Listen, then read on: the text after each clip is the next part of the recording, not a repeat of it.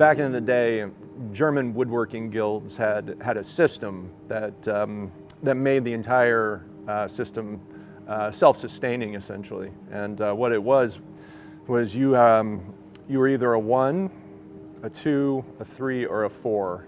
1 being a novice and 4 being a master.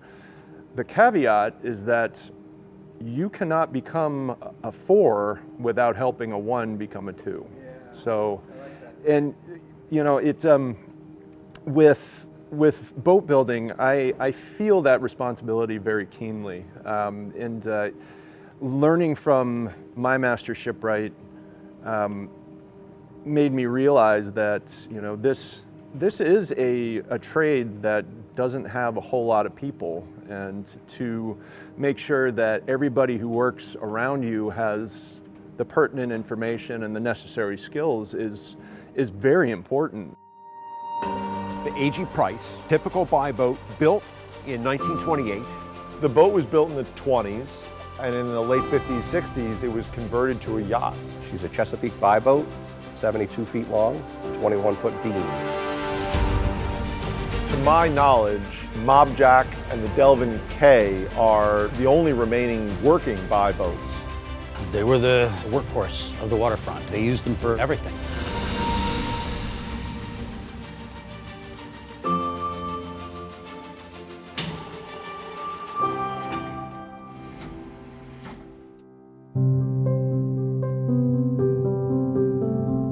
In a more traditional round-bilged boat, when you go to haul out with a strap-style lift, there's a pretty even amount of force being imparted on the hull throughout the entire curve of the hull. In this style construction, with a very shallow dead rise and then a hard chine, you have an enormous point load. Basically, you're hauling the boat by lifting the keel and pressing on this chine, and there's basically only 3 points that the lift is grabbing on to lift the entire boat out of the water. And it's something you generally shy away from unless you are sure that the boat is structurally sound enough to be able to take that. A little piece of wood here and down here, and basically he would cut his cloth. This would all get the Mylar tape. He would cut his cloth to fit in there. He would have this bag hanging here, and he would do it all in one shot. But when the straps come down here and chafe and rub on this, this is what's going to stop this from getting damaged.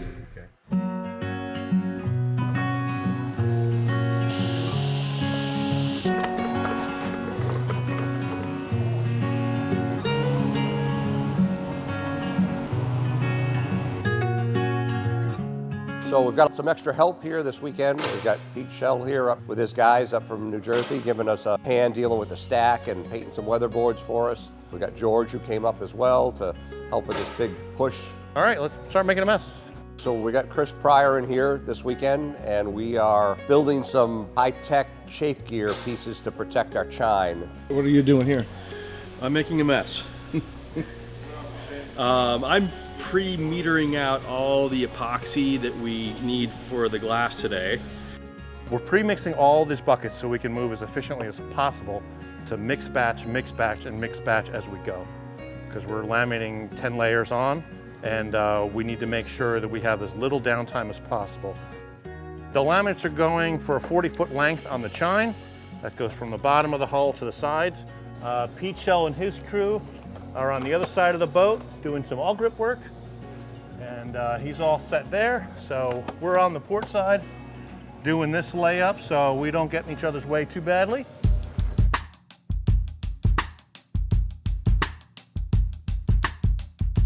We came up, I guess, just to lighten the load a little bit. Yeah. They're looking at a launch date which is coming up pretty quick, and there's just not enough people. So they're really accepting to getting any kind of help. We're starting over there, and we'll come around and paint probably till our white plastic, and we don't want to get in the way of the guys doing the backing bag over here.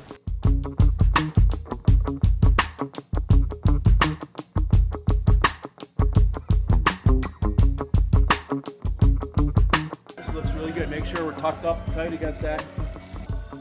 First one's always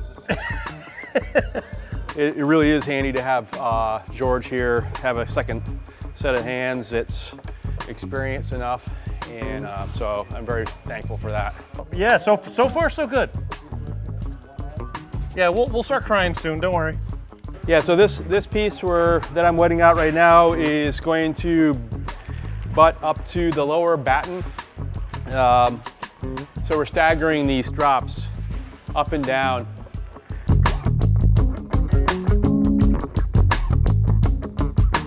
Looks good, George. So what I'm using is a what we call a bubble popper. It really just helps us get the air out from underneath the fiberglass.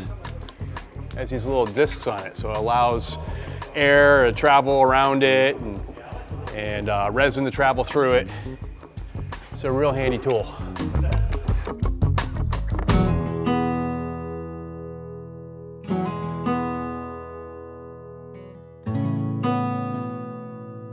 So our shop in Bear Pond is really small. It's only a 4 garage shop. This is just absolutely massive. The scale is just like nothing I've ever seen before. So it's actually really inspiring for me to be here. It actually makes me even want to work harder, and it's just a really awesome experience.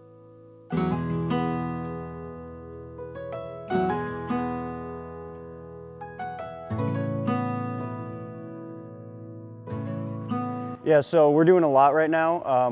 Working on the weatherboard, we have to use the scissor lift, and as we started on the starboard side, and then as we came around to the port side, the guys were vacuum bagging the chine, and we had to work around them, but it worked out beautifully, and everybody was able to get their work done. And all right, you can take off your gloves at this point. You don't need them. And we're going to attach the bag just like we did here. It's just the end. We're not going to attach it up here. It's going to be down here. You can break this stuff off to your hands if you want. Here you go. We just want to make sure that the material, the bag around the corner is tight. So we got to pull the bag like this, as tight as we can. If we get a wrinkle in that corner, right here, it'll produce a wrinkle in the part.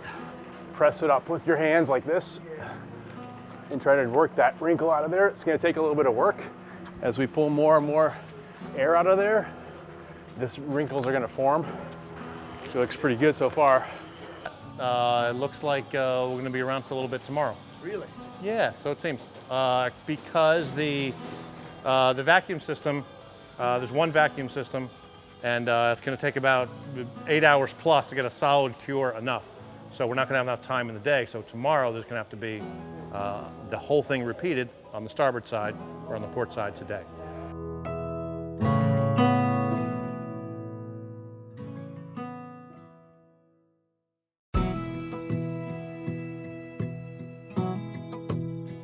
Reduced 10 to 33%. We did about 20.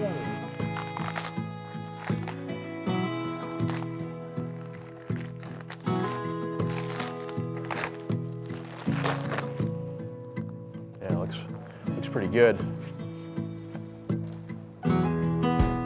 Very good. Well, the vacuum bag really did the job here. It pulled all the air out of the fiberglass. Everything looks really solid there. So it was a good choice. Yeah, I think we're in really good shape. I mean, that's some 3/8 of an inch thick.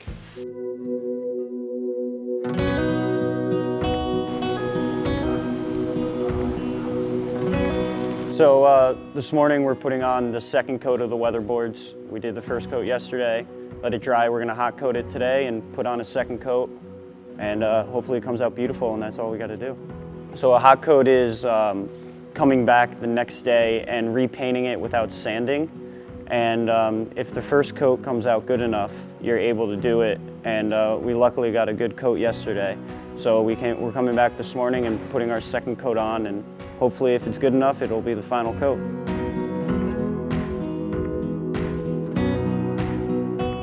It's really high.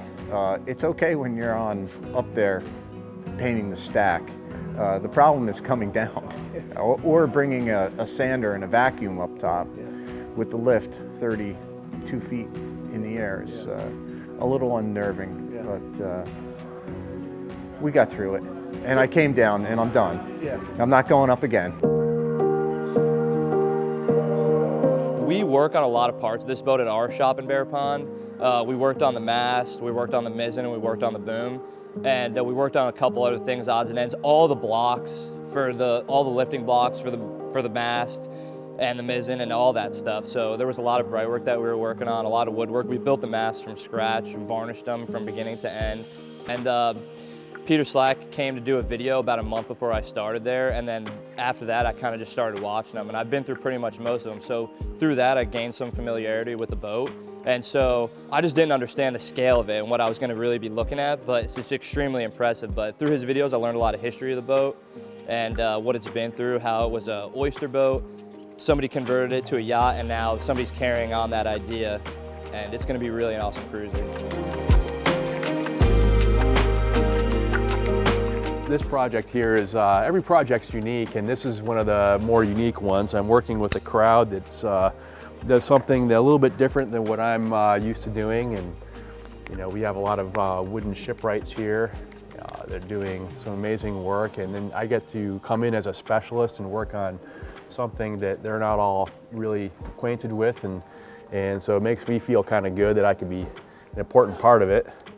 The great thing about McMillan Yachts is they're able to put together teams of people from everywhere to come in and work on a project. So this shop is filled with not only shipwrights, but specialists in all different kinds of fields to help get the job done. It's really great for networking. It's great, you know, relationship building.